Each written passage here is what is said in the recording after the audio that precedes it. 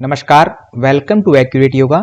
आज हम करेंगे 9 जुलाई 2022 को जो हमारा यूजीसी नेट जेआरएफ के द्वारा योग का पेपर हुआ था उसका पार्ट 9 करेंगे, जिसमें हम 81 से लेकर के 90 तक क्वेश्चन को सॉल्व करेंगे। यदि आपने इससे पहले के पीवाईक्यूज को नहीं देखा है तो आप एक्यूरेट योगा एप्लीकेशन इंस्टॉल कर लें, उस पर सारे के सारे पीवाईक्यूज अवेलेबल हैं।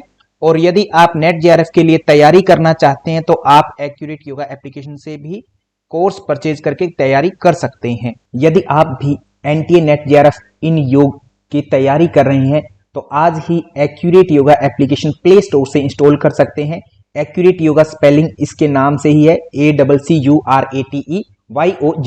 ये लिखेंगे आपको एप्लीकेशन दिखाई देगी, उसे इंस्टॉल कर लें। उसमें आपको पेपर 1 और पेपर 2 दोनों जो कोर्सेज हैं वो कंप्लीट सिलेबस मिलता है।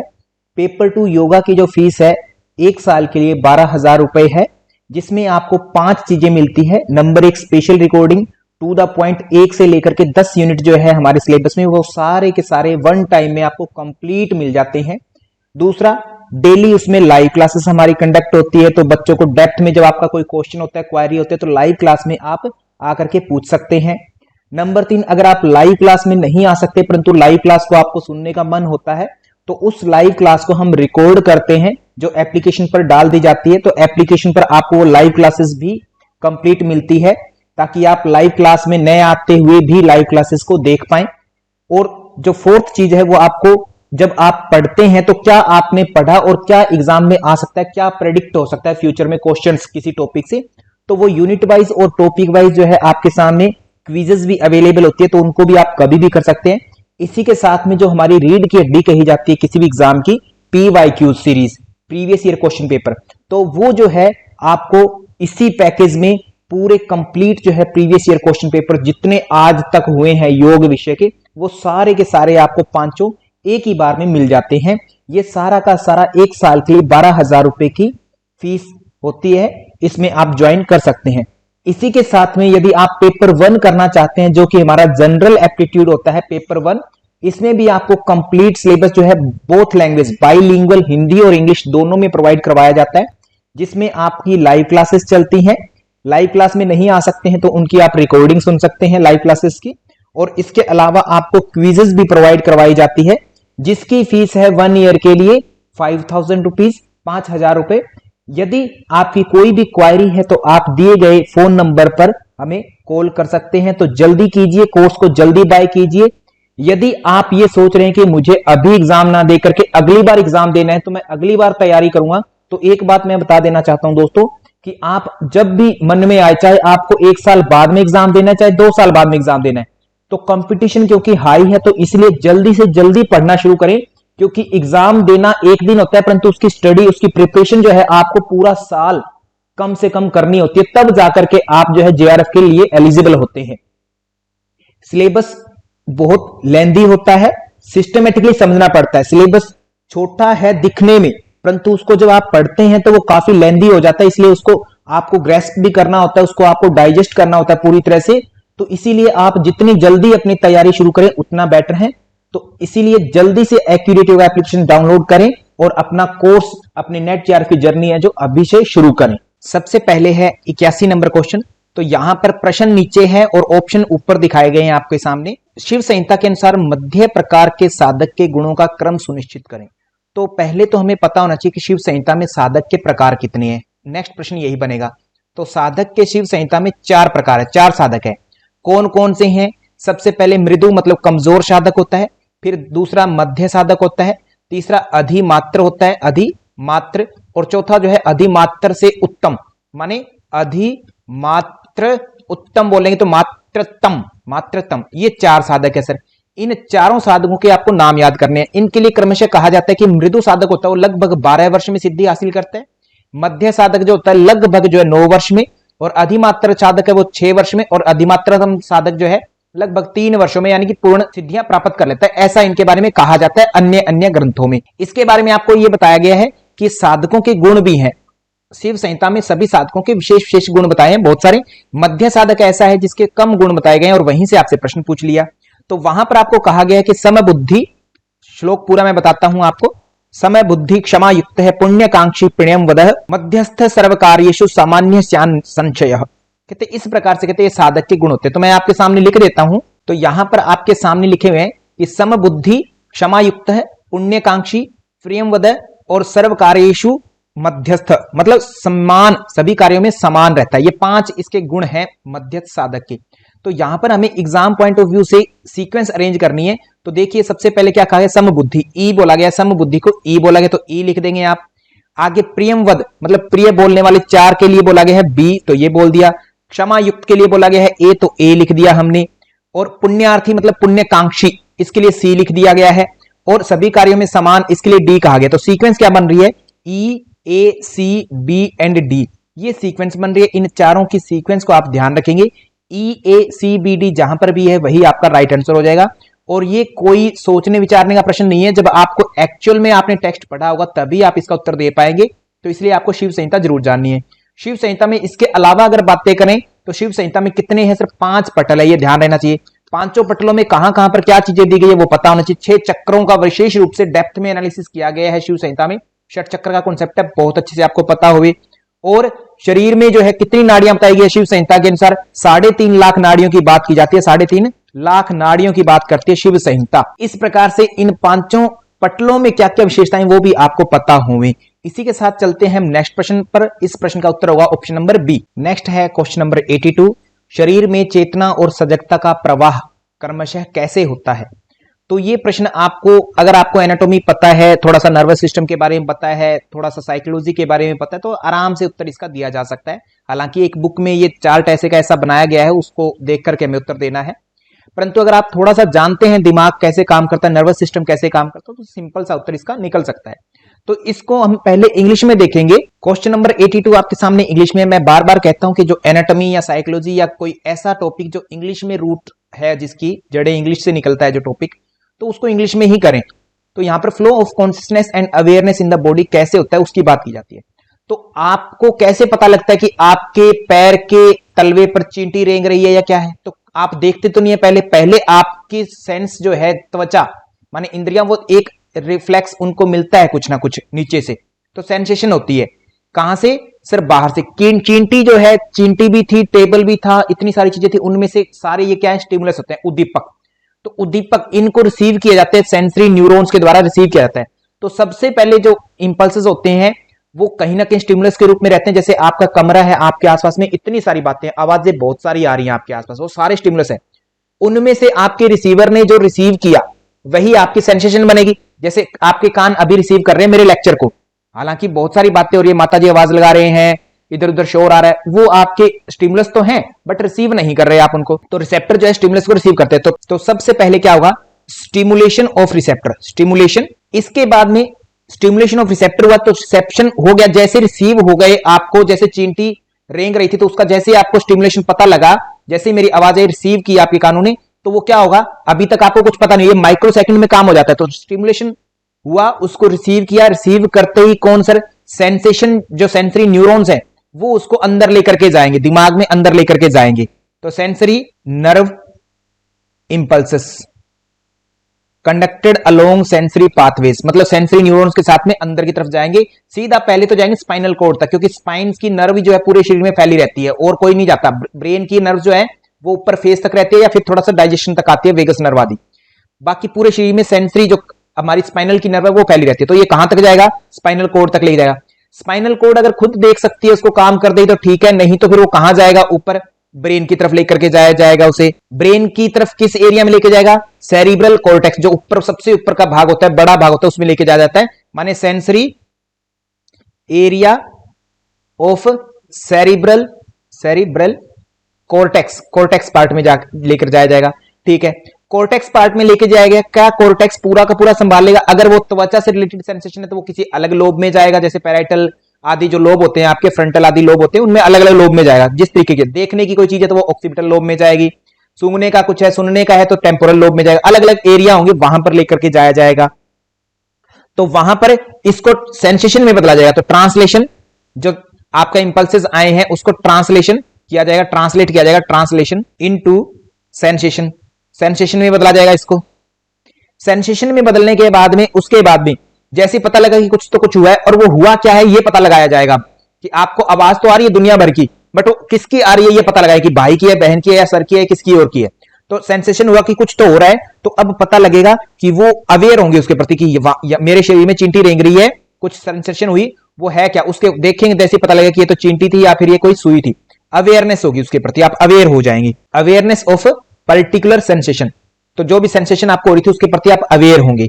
इस प्रकार से सीक्वेंस काम करेगी। तो इसमें अब अरेंज करते हैं, तो स्टिमुलस ऑफ रिसेप्टर्स क्या होगा, पहले स्टिमुलस आएंगे तो डी ही रहेगा। ये प्रश्न बहुत गंभीर है, इसको याद रखना है, और ये ज्यादा अच्छे से तभी समझ में आ सकता है जब आपको नर्वस सिस्टम के बारे में थोड़ा सा पता होगा, तो ज्यादा अच्छे से समझ में आएगा। तो डी हुआ, डी सबसे पहले हुआ और कोई हो ही नहीं सकता, तो सर बाकी सारे आंसर मेरे कैंसिल हो गए, सारे कैंसिल हो गए। तो दूसरा सेंसरी नर्व इंपल्सेस कौन सा था, सी था, तो सी आएगा। Sensory area of cerebral cortex, sir A था तो ए आ गया। ट्रांसलेशन इनटू सेंसेशन, ये आएगा ई पर। और लास्ट में बचा B, awareness and attention to the particular sensation. So ये सेनिएशन नहीं है, सेंसेशन होगा, स्पेलिंग थोड़ी गलत लिखी हुई एग्जामिनर के द्वारा, तो आप ठीक कर लेंगे, सो सेंसेशन होगा। तो ये जो है आपकी सीक्वेंस होगी। इस प्रकार से आपका ऑप्शन क्या हुआ, ए आपका राइट होगा। यदि आप इस प्रश्न को हिंदी में सॉल्व करना चाहते हैं तो हिंदी में भी आप इसका उत्तर दे सकते हैं, बैक करके देखेंगे तो हिंदी की स्लाइड भी आपको दिख जाएगी। इस प्रकार इस प्रश्न का उत्तर होगा ऑप्शन नंबर ए। नेक्स्ट है क्वेश्चन नंबर 83। यौगिक अवधारणा के अनुसार रोग वृद्धि निम्न में से कैसे होती है, सीक्वेंस अरेंज कीजिए। तो इस प्रश्न का उत्तर आप बहुत सारे तरीकों से दे सकते हैं। एक्चुअल तो एक बुक में लिखा हुआ है सीक्वेंस, बट आपने अगर वो बुक नहीं भी पढ़ी तो सोच समझ अगर अच्छी है, कुछ और टॉपिक भी पढ़े हुए, तो भी आप उत्तर दे सकते हैं। सपोज आपको पता है योग वासिष्ठ का, योग वशिष्ठ में एक कॉन्सेप्ट है, उसमें कहा जाता है कि आधि और व्याधि। आधि है एक व्याधि है, दो कॉन्सेप्ट है। आधि को बोलते हैं माइंड से, मतलब मन से होने वाली बीमारियां, मानसिक बीमारियां जो रज और तम बढ़ जाता है तो होती है। व्याधि जब रज तम मानी मानसिक बीमारियां जब हो गई, आधि आ गई, तो व्याधि संभवतः आ ही जाएगी, मतलब शारीरिक बीमारियां, फिजिकल बॉडी में इंपैक्ट उसका देखने को मिलता है। एक तो ये कहने का मतलब कि मन से बीमारी शुरू होती है हमारी, और फिर वो शरीर पर इंपैक्ट करती है, शो करती है। सपोज आपने गुस्सा किया, नर्वस सिस्टम बहुत ज्यादा सिंपैथेटिक एक्टिविटीज बढ़ गई या पैरासिम्पैथेटिक बढ़ गई एक्टिविटीज, नर्वस सिस्टम हुआ खराब, उससे फिर वो शरीर पर इंपैक्ट आने लगता है धीरे धीरे। तो एक तो ये कॉन्सेप्ट है कि माने मन से हमारा शुरू होगा सबसे पहले बीमारियां। दूसरा अगर आप इसको देखना चाहें तो भगवत गीता में दूसरे अध्याय का 62 एंड 63 ये दो श्लोक है, जहां पर आपको कहा गया है ध्यायतो विषयान पुंसः संगस्तेषु पचायते संगात संजायते काम है कामात क्रोधो विजायते क्रोधात भवति सम्मोह सम्मोहात स्मृति विभ्रमः स्मृति भ्रंशात बुद्धिनाशो बुद्धिनाशात प्रणश्यति, कि बुद्धिनाश से सब कुछ नष्ट हो जाता है। माने एक तरह से रोग कैसे हुआ, कहते शुरुआत में आपका ध्यान मतलब आपका माइंड आपके कंट्रोल से बाहर होता है, वैसे माइंड कंट्रोल से बाहर हुआ तो आपके धीरे धीरे रोग आ जाएंगे, आपके सोचने समझने की शक्ति सारी खत्म हो जाएगी। उसी को यहाँ पर यौगिक अवधारणा के रूप में रोग कैसे बढ़ता है उसको रख दिया गया आपके सामने। इस प्रश्न को सबसे पहले हम इंग्लिश में देखेंगे। क्वेश्चन नंबर 83 आपके सामने इंग्लिश में है। कहा गया है progression of disease according to यौगिक कॉन्सेप्ट। तो अभी मैंने बताया कि मानसिक आधियां आएंगी तो व्याधियां आएंगी, या फिर आपका मन कंट्रोल से बाहर होगा तो आपके अनेक रोग दिखेंगे। माने योग चित्त वृत्ति निरोधा, मन को कंट्रोल में करो, शरीर अपने आप कंट्रोल में हो जाएगा। अर्थात सबसे पहले जो है आपके मन में क्या होता है, दिक्कत आएगी, एजिटेशन एट मेंटल लेवल। तो मन में जो है समस्याएं पैदा होंगी। कोई भी सामने फंक्शन चल रहा है, कुछ भी चल रहा है, अगर आप मन से उसमें इंटरेस्ट नहीं ले रहे, मन को नहीं भा रही कोई चीज और रेगुलरली आपके साथ वो रह रही है, तो आपके अंदर दिक्कत आएगी मानसिक स्तर पर। तो सबसे पहले मन के लेवल पर दिक्कत आएगी। तो यहां से एक बात तो क्लियर है कि सबसे पहले सी ही उत्तर हो सकता है। तो ना तो मेरा ए उत्तर होगा, ना मेरा बी होगा, ना ही मेरा डी होगा। इस हिसाब से आंसर तो मुझे मिल गया कहीं ना कहीं। अगर बात की जाए तो ना तो मेरा ए होने के चांसेस, ना ही मेरा बी और ना ही डी हो सकता। ऑप्शन क्या हो सकता है इसका मतलब, ओनली ऑप्शन सी हो गया। बट हमें इन फ्यूचर के लिए तैयारी करनी है, उस समय ध्यान रखना है। एक तो मेंटल लेवल पर दिक्कत आएगी सबसे पहले, मेंटल लेवल। मेंटल में जब दिक्कत आती है तो आपका जो सोचने समझने की शक्ति है वो खत्म हो जाती है, वो काम नहीं करती। माने सेंसरी प्रोसेस जो है वो खत्म हो जाएंगी। सेंसरी में जो आपका बाहर से इनटेकिंग ले रहे हैं उनको आप समझने सोचने की शक्ति खत्म कर देंगे, आप उसको सही से नहीं ग्रहण कर पाएंगे, डिस्टर्बेंस होगी सेंसरी प्रोसेसेस में। उसके बाद में अगर देखा जाए तो आपका जो सेंसरी प्रोसेसेस खत्म होगी, आप समझ नहीं पाएंगे, दूसरे की बातों को गलत तरीके से लेंगे या सिचुएशन को गलत तरीके से हैंडल करेंगे। माने आपका प्राणा जो फ्लो हो रहा है, जो श्वास प्रश्वास आ रहा है जा रहा है, उसमें इंबैलेंस आ जाएगा, तो डिस्टर्बेंस हो जाएगी प्राणा में, प्राण में दिक्कत हो जाएगी। उसके बाद में क्या होगा, प्राण अगर दिक्कत में आ गए तो ऑब्वियस सी बात है, अगर आपका एंजाइटी आएगा या डिप्रेशन, एंजाइटी कब आ सकता है? जब आपका सांस बहुत ज्यादा तेज हो जाए, ब्रेथ रेगुलेशन तेज हो जाए, हार्ट बीट तेज हो जाए, sympathetic nervous system activate over हो गया तो एंजाइटी आ सकती है। और अगर पैरासिम्पैथेटिक ओवर एक्टिवेट हो गया तो डिप्रेशन आ सकता है। मतलब दोनों ही चीजें आ सकती है। तो माने डिप्रेशन या एंजाइटी, इसमें से हम चूज करेंगे। एंजाइटी या डिप्रेशन हो सकता है, दोनों में से कुछ भी हो सकता है।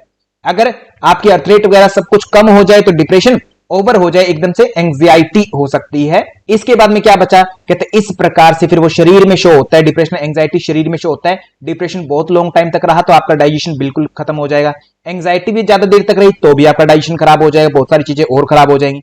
तो माने उसके बाद में आएगा आपका लास्ट में जो है डी, माने डिजीज। तो यहां पर ये देखो सीक्वेंस में अरेंज किया है मैंने ए टू जेड। आपको ये सीक्वेंस ही ध्यान रखनी है, इसमें कोई गड़बड़ आ गई तो गड़बड़।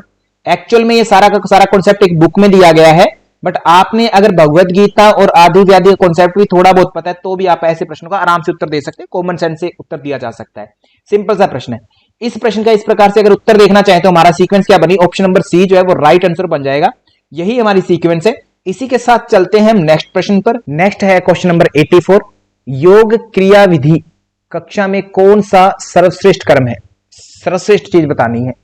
तो सबसे पहले हम क्या देखते हैं, अगर योग की कक्षा करनी है तो सबसे पहले हमने सुना है कि शांति पाठ सबसे लास्ट में होगा, प्रार्थना सबसे शुरुआत में होगी, शुरुआत में सूक्ष्म करें। परंतु प्रश्न की क्या डिमांड है उसके अनुसार आपको उत्तर देना है। तो यहां पर आप परिचय देते होंगे, सबसे पहले ताड़ासन करना है तो सबसे पहले परिचय देंगे कि ताड़ासन करने वाले हैं, ऐसे ऐसे करेंगे, इसके लिए तैयार हो जाए ऐसे। बट उससे भी पहले क्या देखेंगे, उससे भी पहले आप बैठने के लिए बात करेंगे कि बैठने की व्यवस्था करेंगे कि लोग आएंगे सुबह सुबह, कल 21 जून है, योग दिवस पर व्यक्ति आएंगे तो उनके लिए सबसे पहले बैठने का अरेंजमेंट करेंगे। तो मतलब बी जो है सर सबसे पहले ही होगा, इसमें और कुछ नहीं हो सकता। तो इसका मतलब उत्तर मेरा क्या नहीं हो सकता, ना तो मेरा ए हो सकता उत्तर, ना ही मेरा ऑप्शन नंबर सी हो सकता उत्तर। तो ये दो तो एक्सक्लूड हो गए हमारे, ये दो उत्तर नहीं हुए। तो क्या बचा हमारे पास, 50-50 लाइफ लाइन आ गई। आगे की चीज को हमें निकालना है, उसके लिए फिर देखते हैं। तो सबसे पहले आप बैठने की व्यवस्था करेंगे, लोग आएंगे, बैठ जाएंगे, पंक्ति में बैठेंगे, जैसे भी बैठेंगे आ जाएंगे। आने के बाद में आप क्या करेंगे सर, बैठेंगे, उसके बारे में आपको ये पहले, अगर बहुत ज्यादा बच्चे आने वाले तो आप पहले से ही क्या करेंगे, साउंड के लिए माइक वगैरह लगा करके रखेंगे। मतलब लास्ट लाइन तक आवाज जा रही है नहीं जा रही वो आप पहले ही पता कर लेंगे, कहीं बाद में पता करें, परिचय देने के बाद में थोड़ी पता करेंगे, पहले पता कर लेंगे। तो विद्यार्थी की अंतिम पंक्ति तक श्रव्यता के बारे में पता लगाना, तो सी होगा सर। तो बी के बाद में जस्ट सी आना ही चाहिए, तो आंसर निकलेगा सर इतने में। ऑप्शन नंबर जो अपना बी है वो राइट आंसर होगा। बाकी अगर देखें, अगर आवाज आ रही है तो उसके बाद में फिर आप अपना परिचय देंगे, पूछेंगे कि हाँ जी आवाज आ रही है, बिल्कुल आ रही है। फिर अपना जो भी आसन वगैरह है वो बताएंगे कि हमें आज ताड़ासन करना है, ये करना है, वो करना है। उसके बाद में आप परिचय देंगे, कहते ताड़ासन करने के लिए सबसे पहले अपने पैरों को खोल लेंगे, ये कर लेंगे, वो कर लेंगे, खड़े हो जाएंगे। तो जो भी सूक्ष्म व्यायाम है वो करवाएंगे। मतलब डी जो आपका ऑप्शन हो जाएगा शैथिल्यकारी अभ्यास, शिथिल रिलैक्स वाले। और लास्ट में जो है आप ई माने प्राणायाम की बात होगी। यहाँ शैथिल्यकारी अभ्यास का मतलब है कि आपको रिलैक्स करने वाले, है ना, जो आपकी संधियों को थोड़ा मूवमेंट कर देंगे। करने के बाद में फिर आप शरीर बारहवां हो जाएगा, लास्ट में आप प्राणायाम करवा सकते हैं, जिसका मतलब है ई से। तो B C A D E ये आपका राइट आंसर होगा। यहां पर ये आप ध्यान रखें, कॉमन सेंस का प्रश्न है, इसके लिए जरूरी नहीं कि आप किसी टेक्स्ट को ही पढ़े तो ही उत्तर होगा। कॉमन सेंस का प्रश्न है, आप इसको कर सकते हैं। कल को प्रश्न में बीच में कुछ और भी ऑप्शन जोड़ दिए जाते हैं, आपको इसमें जोड़ दिया जाएगा साथ में कि शांति पाठ। तो शांति पाठ होगा तो वो प्राणायाम के बाद में ही होगा अगर शांति पाठ आया। कल को जोड़ सकते हैं प्रार्थना, तो प्रार्थना जो है गतिविधि का परिचय जब दे रहे हैं, परिचय से पहले करेंगे आप, है ना। तो इस प्रकार से आपको ध्यान रखना है ऐसी ऐसी बातें। तो इस प्रश्न का ऑप्शन हो जाएगा हमारा ऑप्शन नंबर बी राइट। और इसी के साथ चलते हैं हम नेक्स्ट प्रश्न पर। नेक्स्ट है क्वेश्चन नंबर 85। शंख प्रक्षालन शुद्धि क्रिया में प्रयोग में लाए जाने वाले आसनों का सही क्रम क्या है? पहले तो बता दूं, शंख प्रक्षालन को वारिसार धोती बोला गया है, घेरण संहिता में वारिसार धोती बोला जाता है संस्कृत में। अब इसके लिए वारी का मतलब होता है पानी, मतलब पानी से अपने आंत आदि को धोना। शंख प्रक्षालन, शंख का अर्थ होता है कि एक तरह से आंत आपकी जो है डाइजेस्टिव सिस्टम का जो ट्रैक है वो पूरा पूरा शंख की भांति बना और उसको शुद्धि करना। प्रक्षालन मतलब धोना। इसमें 5 आसन बताए हैं सत्यानंद सरस्वती जी ने, सत्यानंद सरस्वती जी ने। कल को पूछा जाएगा कि किसने बताए 5 आसन, सरस्वती जी ने बताए, सत्यानंद सरस्वती जी ने। ये 5 आसन इन्होंने बताए लघु शंख प्रक्षालन में एक्चुअल में।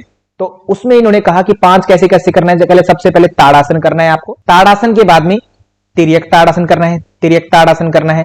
इन 2 से ही आपका उत्तर बन जाएगा। फिर करना है कटी चक्रासन, कटी चक्रासन। कटी चक्रासन के बाद में लेट जाना है छाती के बल, तिर्यक भुजंगासन होएगा, तिर्यक भुजंगासन होएगा। तिर्यक भुजंग के बाद में उद्राकर्षण आसन, उद्राकर्षण माने एक तरह से आप बैठ जाते हो, कुड़ू बैठ करके करते होते, पेट को दबाते होते। तो ये आपके क्या हो गए सर, 5 आसन हो गए। तो अब इसको अरेंज करते हैं। ताड़ासन को क्या कहा गया है, ए, उद्राकर्षण को बी कहा, कटी चक्रासन को सी कहा, तिर्यक भुजंग आसन को डी कहा, तिर्यक ताड़ आसन को क्या कहा है इन्होंने, ई कहा। तो सीक्वेंस बन गई ए, ई, सी और डी, बी। ये जहां पर भी होगा वही राइट ऑप्शन होगा हमारा। ए, ई, सी और डी, बी ऑप्शन नंबर 4 जो है वहां पर दिया गया है, इस कारण हमारा ऑप्शन नंबर 4 ही राइट होगा सर। ऑप्शन नंबर डी हमारा इस प्रश्न का राइट होगा। सिंपल सा प्रश्न है, बस आपको ये ध्यान रखना है कि सत्यानंद सरस्वती जी ने बताए कितने आसन बताए, 5 आसन बताते हैं मुख्य रूप से। तो इसी के साथ चलते हैं नेक्स्ट प्रश्न पर। नेक्स्ट है 86 नंबर क्वेश्चन। यहां पर ए एंड आर के क्वेश्चन दिए गए, असर्शन रीजन। असर्शन में एक बात की गई है, कर्मों की कुशलता ही योग है। क्या ये बात सत्य है, योग है कर्मसु कौशलम, ऐसा आप लोगों ने सुना होगा, योग है कर्मसु कौशलम। ये सूत्र कहां कहा गया है, ये जो इतना सा छोटा सा वर्ड है, एक श्लोक है भगवत गीता में दूसरे अध्याय का 50वां, वहां पर कहा गया कि कर्मों में कुशलता ही क्या है, योग है। और समत्वम योग उच्यते ये भी कहा गया है, ये भी भगवत गीता में कहा गया है। समत्वम योग उच्यते कहा गया है भगवत गीता में दूसरे के 48वें श्लोक में कहा गया है। तो ये बात थोड़ा सा ध्यान रखेंगे। यहां पर ये कह दिया कर्मों में कुशलता ही योग है, और कहते कर्मों में कुशलता का अर्थ क्या है, फल की इच्छा का त्याग कर अनासक्त भाव से कर्म करना ही कुशल कर्म होता है। कहते हैं फल की इच्छा त्याग दीजिए और अनासक्त भाव से कर्म करते रहिए, कहते यही कुशल कर्म है। क्या ये बात सत्य है, हाँ जी, कुशल कर्म इसी को ही कह सकते हैं। तो ए और आर दोनों सत्य हैं। आर ए की सही व्याख्या भी है, बिल्कुल सही है। तो ऑप्शन नंबर ए जो है हमारा बिल्कुल राइट हो जाएगा, और उसी चीज को एक्सप्लेन कर रहा है जो ऊपर कहा गया, कुशलता पूर्वक कर्मों को ही नीचे एक्सप्लेन किया है। तो ये एक्सप्लेनेशन भी सही है, A and R both are right, और एक्सप्लेनेशन भी बिल्कुल राइट है। तो सिंपल सा प्रश्न है, श्लोक संख्या ध्यान रखेंगे, कल को पूछता है एग्जामिनर। इसी के साथ चलते हैं हम नेक्स्ट प्रश्न पर। नेक्स्ट प्रश्न है क्वेश्चन नंबर 87। यहां पर भी असर्शन एंड रीजन का प्रश्न दिया गया है। कहा है तपस्वियों, शास्त्र ज्ञानियों, सकाम कर्म करने वालों से योगी श्रेष्ठ है। ये बात सत्य है क्या? इसी पेपर में इस सेम श्लोक से 2 प्रश्न आए हैं। ये भगवत गीता में कहा गया है, भगवत गीता में 6ठे अध्याय का 46वां श्लोक है, वहां पर यह बात की गई है। वहां कहा गया है तपस्विभ्योऽधिको योगी ज्ञानिभ्यो अपि मतोऽधिक कर्मिभ्यश्च अधिको योगी तस्माद् योगी भवार्जुन। जो योगी है वो तपस्वियों में, जो शास्त्रों को जानने वाले और कर्म करने वाले, माने सकाम कर्म करने वाले, उन सबसे योगी श्रेष्ठ है। इसलिए हे अर्जुन तस्माद् योगी भवार्जुन, कहते इसलिए तुम योगी बनो। तो ये एक ही श्लोक है और उसी को एक्सप्लेन किया जा रहा है कि योगी बनने की बात की है, योगी श्रेष्ठ हो, योगी बनने की बात की है। हालांकि इसमें श्लोक के हिसाब से अगर देखें तो एक्सप्लेनेशन बिल्कुल राइट लग रही है, एक ही श्लोक में बात की गई है। तो ये यूजीसी ने इसका गलत उत्तर भी दिया, सही भी दिया। ए एंड आर दोनों ही राइट हो सकते हैं इसके, क्योंकि ये एक ही श्लोक के अंदर। तो इसका आंसर तो हम ये कह सकते हैं कि व्याख्या सही है बिल्कुल, क्योंकि उसी चीज को व्याख्या किया, ऊपर जो श्लोक की लाइन होती है पहली उसी को एक्सप्लेन किया। और दूसरा नीचे योगी बनने के लिए कहा है, इसको एक्सप्लेन नहीं किया, योगी के बारे में बताया नहीं क्या होता। अर्जुन की बात ऊपर नहीं आई है इसलिए। तो कहने का मतलब है एक तरह से एक्सप्लेनेशन सही लग भी नहीं रही। तो यूजीसी ने क्या किया, इसके दोनों उत्तर टिक कर दिए। इन फ्यूचर भी अगर क्वेश्चन आता है इस फॉर्म में तो आप इस श्लोक को जरूर याद रखें, और इसके दोनों ही उत्तर होने की संभावना है। आप हमेशा ये कर सकते हैं कि सही व्याख्या है ये। तो ये 6ठे अध्याय का 46वां श्लोक है, ये बिल्कुल राइट है, इसमें कोई दिक्कत नहीं है, व्याख्या बिल्कुल सही है। यूजीसी ने पहले जो है इसका नहीं कर दिया, फिर बाद में इसको सही कर दिया। तो दोनों इसके राइट आंसर है, ये थोड़ा ध्यान रखेंगे इस प्रश्न को। इन फ्यूचर भी आता है तो आपकी ये व्याख्या बिल्कुल राइट रहेगी हमेशा हमेशा के लिए। तो इसी के साथ चलते हैं नेक्स्ट प्रश्न पर। नेक्स्ट है क्वेश्चन नंबर 88। यहां पर असर्शन रीजन के 2 प्रश्न दिए गए हैं। निर्विचार समाधि अत्यंत निर्मल होने पर अध्यात्म प्रसाद की प्राप्ति होती है। निर्विचार व शारद्य अध्यात्म प्रसाद, ये सूत्र दिया गया है योग सूत्र में। आप लोगों को ये सूत्र की संख्या बतानी है पढ़ करके। यदि आप अच्छे से पढ़ रहे हैं योग सूत्र तो आपको सूत्रों की संख्या पता होगी किस अध्याय में, प्रथम अध्याय में। ये मैं आपको कर देता हूं संकेत। तो इसी के साथ में निर्विचार से कहते क्या होता है, अध्यात्म प्रसाद की प्राप्ति होती है। अध्यात्म प्रसाद के समय बुद्धि का स्तर रितंब्रा प्रज्ञा हो जाती है। रितंब्रा कत्र प्रज्ञा मतलब वहां पर रितंब्रा प्रज्ञा हो जाती है जब अध्यात्म प्रसाद मिलता है। तो ये बात भी सही है। पहला 47वां सूत्र है, दूसरा 48वां है। योग सूत्र में प्रथम अध्याय का नाम क्या है, समाधिपाद है, उसी में चर्चा की गई है। तो ऊपर वाली बात को ही नीचे एक्सप्लेन किया गया कि अध्यात्म प्रसाद के टाइम होता क्या है, कहते हैं ऐसा ऐसा होता है। तो दोनों की दोनों बातें बिल्कुल राइट है और दोनों व्याख्या भी पूर्ण रूप से सत्य है। तो कल को देखो इस प्रश्न से क्या पूछा जाना है, इंडिविजुअल क्वेश्चन पूछा जाएगा, बताओ अध्यात्म प्रसाद किस समाधि से होगा। तो किस से होगा, निर्विचार समाधि से, कोई और से हो सकता है, नहीं हो सकता, माने निर्विचार एक तरह से समापत्ति है उससे होगा। और अध्यात्म प्रसाद होता है तो उसका फल क्या मिलता है, ऋतंभरा प्रज्ञा हो जाती है। तो इस प्रकार से इंडिविजुअल प्रश्न बन सकता है। तो आप ध्यान रखेंगे यहां पर व्याख्या बिल्कुल राइट है और दोनों एक्सप्लेनेशन भी बिल्कुल सही की गई है। ऑप्शन नंबर ए जो है हमारा बिल्कुल राइट उत्तर हो जाएगा। इसी के साथ चलते हैं नेक्स्ट प्रश्न पर। नेक्स्ट है 89 नंबर क्वेश्चन, असर्शन रीजनिंग का क्वेश्चन है। आसनों के अभ्यास के दौरान धमनियों से हृदय की ओर रक्त का प्रवाह बढ़ जाता है। तो अगर थोड़ा सा एनाटॉमी पता है तो आपको पता होगा कि धमनियां जो है हार्ट से ब्लड को दूर लेकर के जाती है, जिनको हम आर्टरी बोलते हैं, वो खून को दूर लेकर के जाती है। तो ब्लड हार्ट की ओर प्रवाह आ ही नहीं सकता धमनियों का, चाहे आसन करें या ना करें, वो तो दूर ही लेके जाएंगी। जितना आप ज्यादा एक्टिविटी करेंगे तो उतना दूर जाएगा। तो इस हिसाब से अगर देखें तो ये लाइन ए जो है हिंदी के हिसाब से गलत है।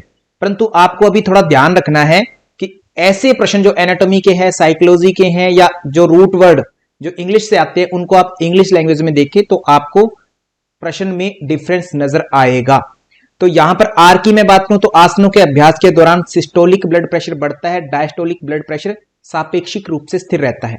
तो इसको हमें देखना है, पहले इंग्लिश में चेक करते हैं हम। तो यहां पर ये प्रश्न को हिंदी में आपको बाद में फिर से देखना है। धमनियों का मतलब आर्टरी होता है, ये ध्यान रखेंगे इंग्लिश में। और आर्टरीज हमेशा खून को दूर लेके जाएंगे, हार्ट से हार्ट की तरफ नहीं आएगी। तो इस हिसाब से ए मेरा यहां पर तो गलत फील हो रहा है मुझे। ठीक है, तो आगे अब देखते हैं इंग्लिश में इस प्रश्न को। तो अब क्वेश्चन नंबर 89 को हम इंग्लिश में देखेंगे। यहां पर ध्यान से पढ़ें असर्शन को।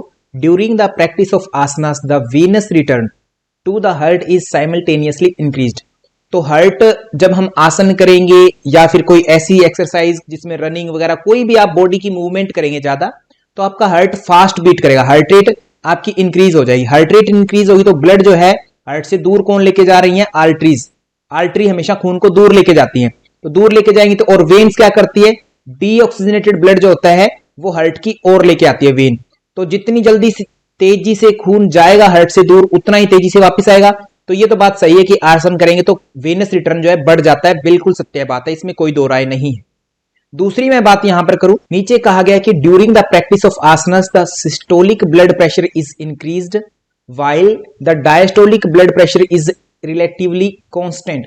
कि जो आपका सिस्टोलिक ब्लड प्रेशर है वो इंक्रीज हो जाता है और डायस्टोलिक ब्लड प्रेशर कांस्टेंट रहता है, कि उस पर कोई फर्क नहीं पड़ता। क्या ये बात सत्य है? जी हाँ, ये बिल्कुल बात सत्य है। सिस्टोल और डायस्टोल होता क्या है, हार्ट जो है हमारा कॉन्ट्रैक्ट जब होता है, कॉन्ट्रैक्ट सिकुड़ता है तो उसको बोलते हैं हम सिस्टोल, सिस्टोल बोलते हैं। और डायस्टोल का मतलब होता है कि मसल्स का रिलैक्स करना, कॉन्ट्रैक्ट न करना। तो सिस्टोलिक मतलब कॉन्ट्रैक्ट करना, और मसल या तो कॉन्ट्रैक्ट कर सकते हैं या अपनी स्थिति में बनी रहती है, और कुछ नहीं, चेंज नहीं आता मसल्स में कभी भी। कॉन्ट्रैक्शन से आर्टरीज में प्रेशर बढ़ा, सिस्टोलिक प्रेशर तो बढ़ जाए, कॉन्ट्रैक्शन पावर ज्यादा हो जाएगी। बट हार्ट रिलैक्स होएगा तो रिलैक्स तो अपनी पोजीशन में नॉर्मली आ सकता है, उससे ज्यादा तो नहीं खुलेगा हार्ट, तो नॉर्मली होगा।